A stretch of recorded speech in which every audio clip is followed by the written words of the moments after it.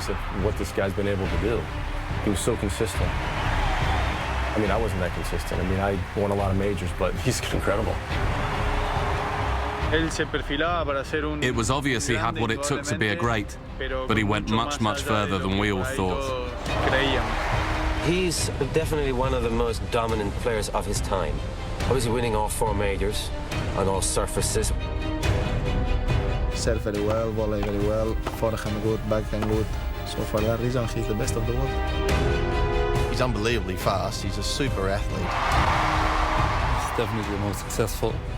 His level or his average of playing is just so much higher than anybody else. I'm so happy that, you know, all my hard work has paid off 10,000 times more than I ever thought it would.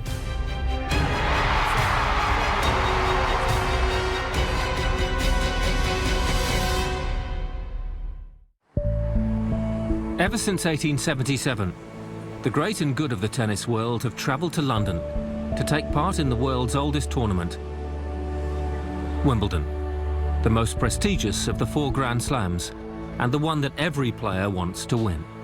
The Honours Board of the All England Club is full of illustrious names, and in 1998, another emerged, Roger Federer. The 16-year-old from Switzerland became junior champion, following in the footsteps of Bjorn Borg and Pat Cash, both winners of Junior Wimbledon, who went on to take the senior title. Federer would become arguably the greatest player in the history of the game. Yet those present that day were unaware that they were witnessing a legend in the making. I was fooling around back in the day, you know, with my friends saying, oh, I've won Wimbledon, you know, and is it real or is it just a dream? And then eventually when you become, you know, a professional tennis player and have won the Junior Wimbledon, then you get much closer to reality and you think, well, maybe it is possible after all.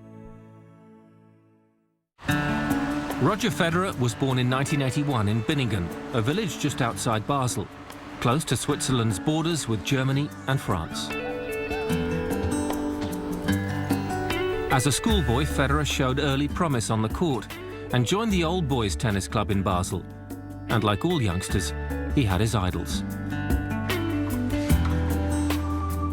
My first tennis memories must be when I picked up a wooden racket first up and the white tennis balls back then, and then watching Becker and Edberg play at Wimbledon in the finals. Sitting in the living room watching them play. The Becker boom, it was huge in Switzerland when he made the breakthrough and he won at such a young age. Edberg was so well liked around the world and with his playing style that they were automatically a big influence on the way I played. I also had a one-handed backhand, so I was obviously also looking usually always for a one-handed backhand too to have as an idol. The club has named one of their courts in his honour, and those still there remember his early days. He was just a normal boy who liked to have fun on the court, in the training, and in the matches he was very eager. He always wanted to be, from the first day, he wanted to be #1 in the world. As Federer grew, so did his ambition. The Swiss tennis fraternity was starting to take notice. I joined the National Tennis Center in Switzerland when I was 14 years old, and I moved away from home, stayed with a family from Monday to Friday that weren't my parents, and you know, I was homesick. This is, I think, my first big sacrifice I did as a player. Today, Federer is renowned for his calm demeanour and ability to handle pressure. But that was not always the case. I really had to adjust, you know. I had to work harder, become more serious, not get upset on the court anymore, because I was really acting bad, you know, when I was younger. In 1999, he made his debut at a Grand Slam. The 17-year-old was ranked 111th in the world and faced reigning US Open champion Australian Pat Rafter in the first round of the French Open. Federer took the first set, eventually losing 3-1. Those who knew him best, though, could see Federer was a star in the making. I've always thought that he'll become tennis professional, that he will, you know, become a good player, because already when he was very young, you could see he had so much talent, but I would have never thought that he will, you know, get as good as he got. His first ATP Tour title arrived in February 2001.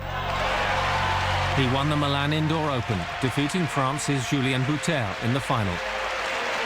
Federer was quickly making a name for himself on the circuit. We saw it in the early ages of his career, where he already had some potentials, but also some, you know, missing points, you know. And then when he started to work more serious and work a lot also physically and mentally, he all of a sudden then surprised everybody. Nowhere would this be more evident than on the grandest stage. Federer's love affair with Wimbledon began with that junior title. And in 2001, he caused one of the biggest ever upsets in Wimbledon history.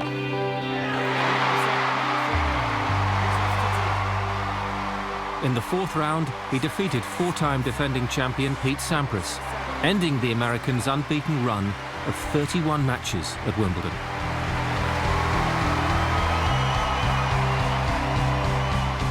Two years later, Federer went all the way to the final, his first in a Grand Slam event.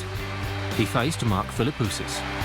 Walking on the court, you know, was tough. I was very nervous going into the match, you know, just knowing that this is a big opportunity. The Philippoussis match for me was real difficult in some ways, because all of a sudden I made it through to my first Grand Slam final and I was the favorite. Up to then, the Australian's opponents had struggled against his big serve, but not Federer, whose confidence belied his inexperience. He raced to a two-set lead. Philippoussis had no answer. The third set went to a tiebreak. The tiebreak went to Federer. And at 21, he'd won his first Grand Slam. I played fantastic tennis once more, and I was able to win. And I remember the emotions were just too much for me. It was similar to when I beat Sampras in 2001. I had tears in my eyes, and I was just so happy to share this moment with my family and friends. A lot of people came from Basel and home, and it's so nice, you know, to share this moment. And thanks to everybody. Oh, it's great!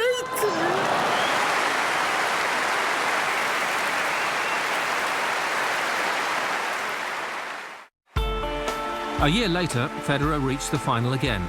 He'd displaced Andy Roddick as world #1 in January, and it was the American who stood in his way. I was really nervous going into the match because Andy beforehand was playing well, and he always gives me a fright.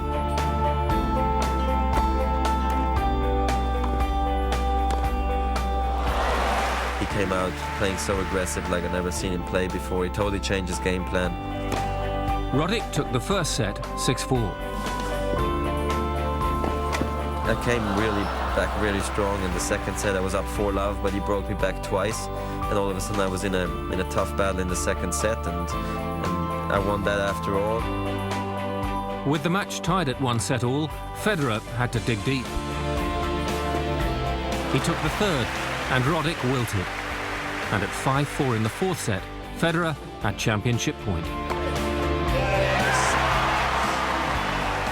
That was for sure my hard-fought Wimbledon win. I had to really play exceptional tennis, and especially play well on the big points, because I had to save so many opportunities. In 2005, Federer was looking for a third successive Wimbledon title. Across the net again, Andy Roddick. The third time around, I was going in there, I felt as a bit more of a favorite, and I did play very well.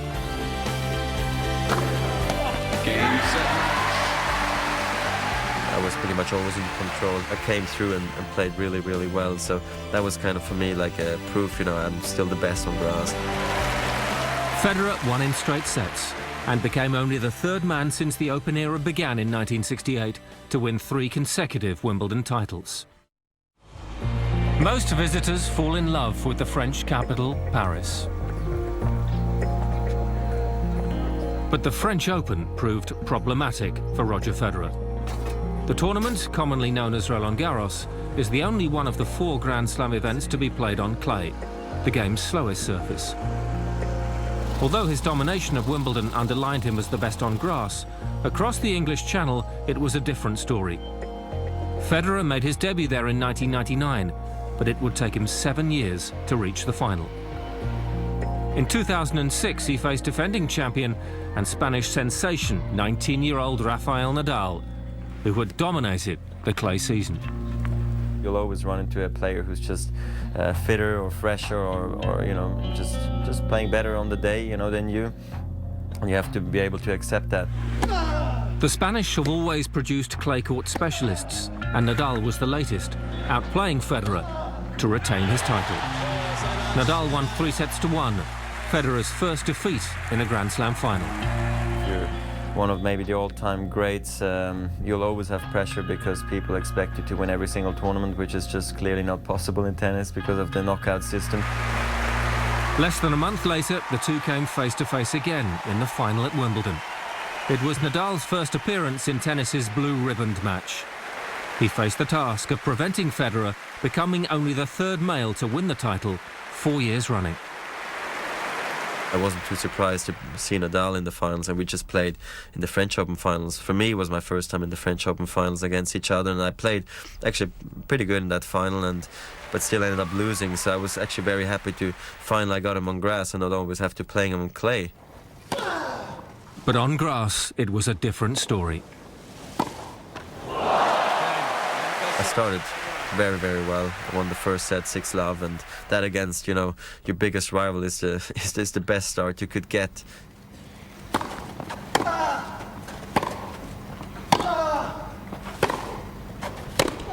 I kind of actually played all the way through very well and served out the game very nicely.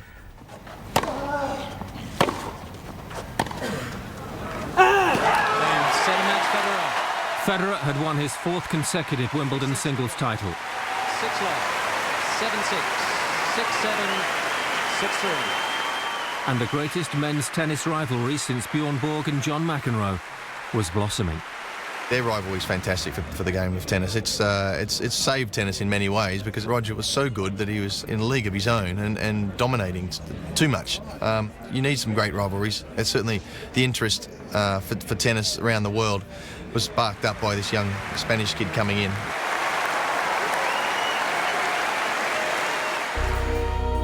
In 2007, Nadal again defeated Federer in the final of the French Open. But just like the previous year, the Swiss didn't have long to wait for revenge. Wimbledon gave Federer the chance to equal the record of Bjorn Borg by winning the title 5 years in succession.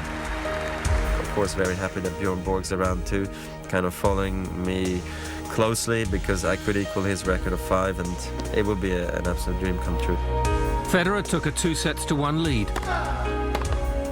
but Nadal was much improved on grass.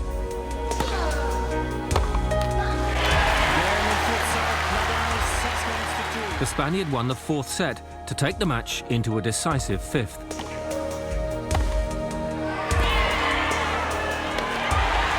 But Federer showed his class, winning the set 6-2 to equal Borg's feat, achieved 27 years earlier. Each one is special, no doubt, equaling Bjorn as well. So it's... Nadal had to wait until the following year's French Open to take what was now becoming customary revenge. Federer lost to the Spaniard in the final for the 3rd year in succession. I think rivalries are very important in tennis. You want to see the best two against each other all the time. Hopefully they're not that far apart, so it's actually a real match. And the final of Wimbledon in 2008 was an epic. An astonishing rain-delayed match lasting nearly 5 hours saw Nadal triumph 9-7 in the final set. Federer's dream of a record 6th successive title was dashed. After 2 sets all, he played fantastic, and the 5th set was, I think, one of the more emotional sets that I played in my career, and probably I'm never going to play another. Got a little late and everything, but look, Rafa's a deserving champion. He just played fantastic. At the 2008 Beijing Olympics, Federer carried the flag for his country for the second time. He'd failed to win a medal in 2000 and 2004.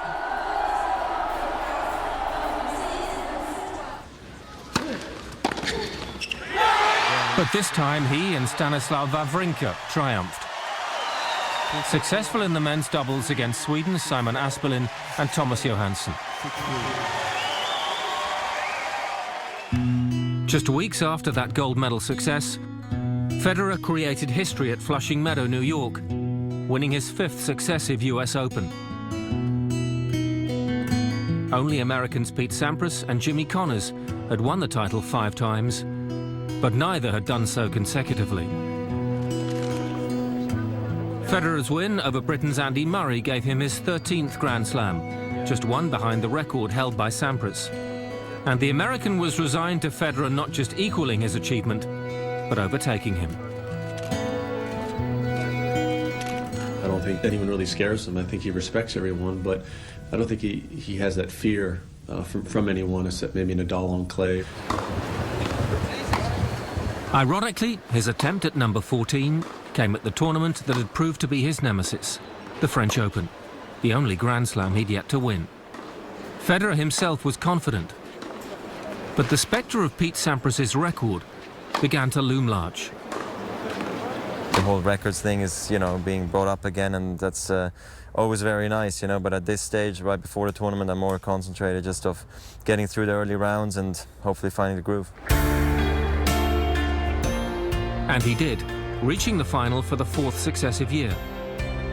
He'd lost the previous 3 to Nadal, but this time the defending champion had been knocked out in the 4th round. Federer faced Nadal's conqueror, Sweden's Robin Soderling.